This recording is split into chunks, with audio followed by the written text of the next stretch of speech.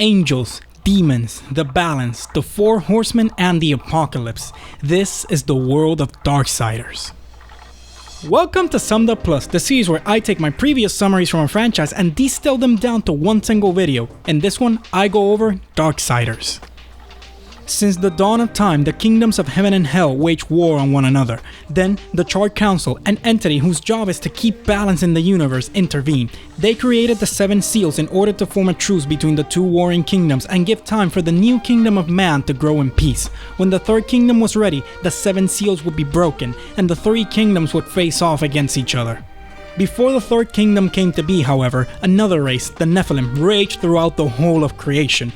4 of them became tired of the slaughter and made a deal with the Charred Council. In exchange for unimaginable power, they would serve the council, and so the Four Horsemen were formed. Their first mission? To annihilate the Nephilim and destroy their souls. But Death didn't follow these instructions. He bound all of the souls of his brethren to an amulet and gave it to the Crowfather instead of destroying it. Through the eons, War was the young, unruly member of the Four Horsemen. He would go on rampages, destroying everything in his path. In one such rampage, the other horsemen were sent to bring him in. In the fight, Fury wraps her whip around War and Death slices his arm off. It's the year 1722. The angel Abaddon asked the horseman Death to go to Earth to slay a demon that is rampaging there. After some searching, Death is found and attacked by the demon. As it turns out, it's actually an angel.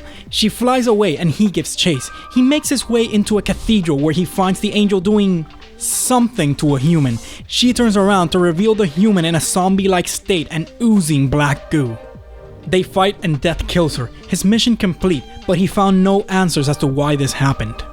Centuries later, in the White City, Abaddon claims that the demon legions grow in power, but if he is allowed, he will go and exterminate the Dark Prince's generals. However, he is shut down. He has no proof of his claims, and the White City will uphold the truce, but still he plots with 2 others.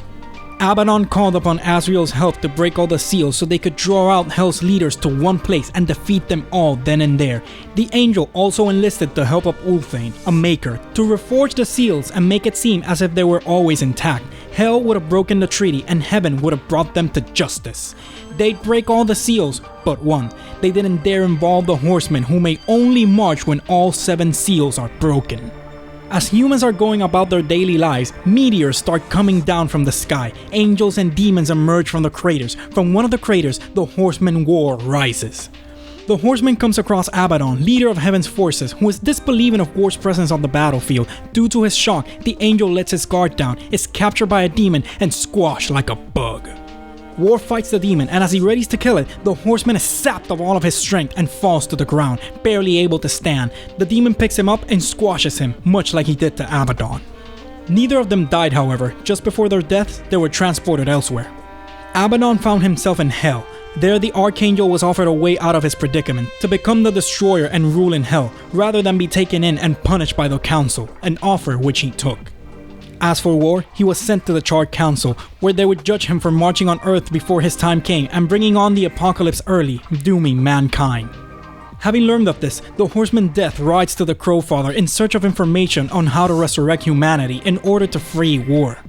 The Crowfather shows Death that if there is a way to resurrect humanity, he'll find it at the Tree of Life, but if he wants passage to the tree, he must take back what he once gave him. Death replies that the Crowfather agreed to keep the amulet in exchange for its secrets and he won't take it back. They fight. Death defeats the Crowfather and commands him to open the portal. Crowfather falls, dying, and the amulet falls off his neck. It cracks, breaks, and embeds itself into Death's chest. Death passes out in agony as a portal that emerges from the Crowfather's corpse swallows him. Death awakes to find an old man, Adart, looming over him. Upon asking where the Tree of Life is, the old man tells him that this world is plagued by corruption, and once the world dies, so will the tree. He then tells Death to seek out the Forge Sister. If he helps her, she will help him find the tree.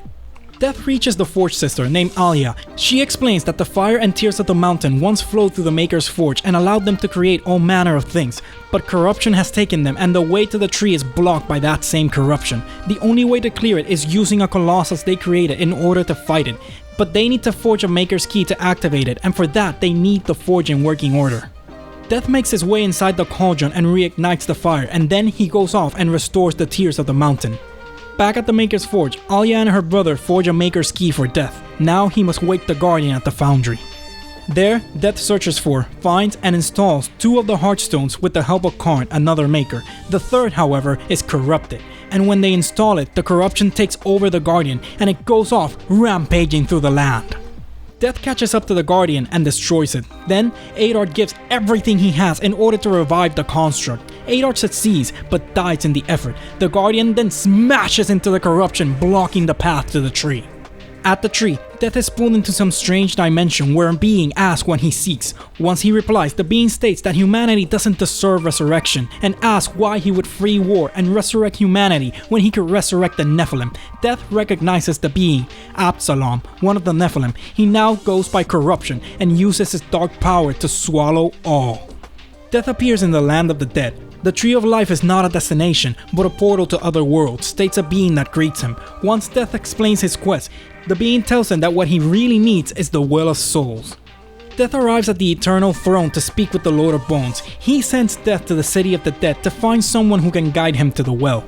In the city, Death finds the late Crowfather, who explains that in order to reach the well he must find its key, a key that was divided in 2. The angels have one half, the demons have the other. After getting the angel's key, Death goes to Samael's castle where the demon key is. In the castle he finds Lilith, creator of Absalom and sort of mother of the Nephilim. She explains that Samael has left the castle with the key and fallen. She gives Death the power to travel back in time before Samael's fall to get the key from him. The only thing she wants in return is for him to resurrect the Nephilim. In the past, Death finds Samael, who hands over the key. Death comes across Absalom, who is at the well corrupting it. They fight, and Death, once again, kills his brother. The Crowfather tells Death that he must choose, return humanity or resurrect the Nephilim. Death chooses the former and walks off the edge into the Well of Souls, sacrificing himself and the souls of all of his brethren stuck in his chest in order to resurrect mankind. Back with the Charred Council, War argues that he heard the call. He then asks the Council to send him back so he can find those responsible. The Council grants his request, but he is bound to the Watcher to ensure War's loyalty. When they arrive on Earth, the Watcher explains that he was gone for a century and that humanity is now extinct. Soon after, War finds Volgrim, a demon who exchanges information and favors for souls. Once the Horseman gives him souls, he points out a tower. There lies the answer. He also tells him to seek out Samael. He knows the way to it. War finds Samael's prison and has a little chat with the demon. It tells him that the Destroyer's tower is guarded by 4 of his chosen. If War kills them and brings Samael their hearts, he'll get him to the tower. War kills the first and brings the heart to Samael. The demon tells him that before continuing he must face Ulthane, a maker. The black hammer must be removed in order to reach the next chosen.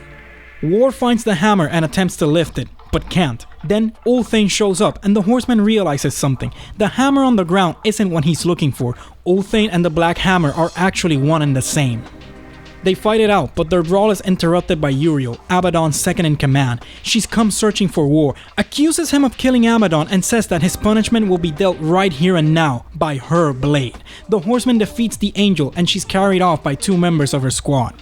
War kills another of the chosen and takes its heart, but on his way to the next one, he falls into an arena where a demon comes out riding a horse. War's horse, Ruin. Once the demon is dead, the horseman reclaims his horse. The last of the chosen, Silitha, tells War how the power of Samael came to beat within their hearts. It is not the chosen's job to protect the tower, but to prevent Samael's return to power. When War returns to Samael, having killed Silitha, he confronts him about his lies. After Samael eats the heart and his power returns, he exclaims that he could kill War where he stands. But he won't. He lives by a code and he respects a quest for revenge when he sees one. When War enters the tower, he finds Asriel, the Angel of Death, in prison. Asriel asks for help, to be freed and to bring down the tower because the Destroyer is using it to draw power from the Well of Souls. Asriel confesses how they broke the truce and the seal. War tells the Watcher that his service is done. He was not in the wrong, but the Watcher forces him to carry out his job. He will seek all involved and eliminate them. Once freed, Asriel opens the path to Straga. As soon as the demon is dead, the tower starts to crumble and collapse on itself. Asriel shows up and opens a portal to get them all out of there. The portal takes them to Eden. Asriel tells War to go to the Tree of Knowledge. If there is a way to defeat the Destroyer, it will show him how. The tree shows War visions of the past, present, and future, Abaddon becoming the destroyer. The council arguing that Abaddon must be punished, but they've no proof of his crimes, so they send War on a quest for vengeance. War being killed, stabbed through the back, and then the tree grants him one last gift, the hilt of a blade that can kill the destroyer.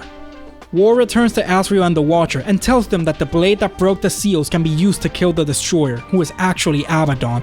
The angel explains that the Armageddon blade was destroyed, to which War replies by showing him that he has the hilt, and so the blade can be forged anew.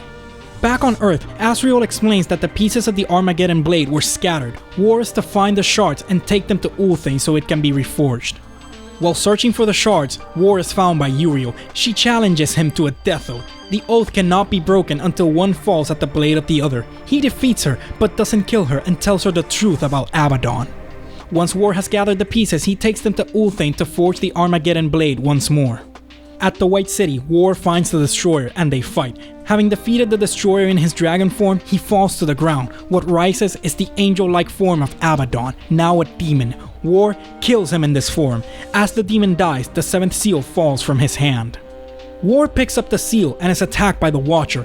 It tells War about how the council set him up. Then, War is struck through the back by the Armageddon blade. Uriel completed the death oath, a mercy kill to free War from going back to imprisonment. She then attacks the Watcher, breaking the seventh seal in the progress. With the seventh seal finally broken, War rises once again and kills the Watcher. Uriel asks what War plans to do.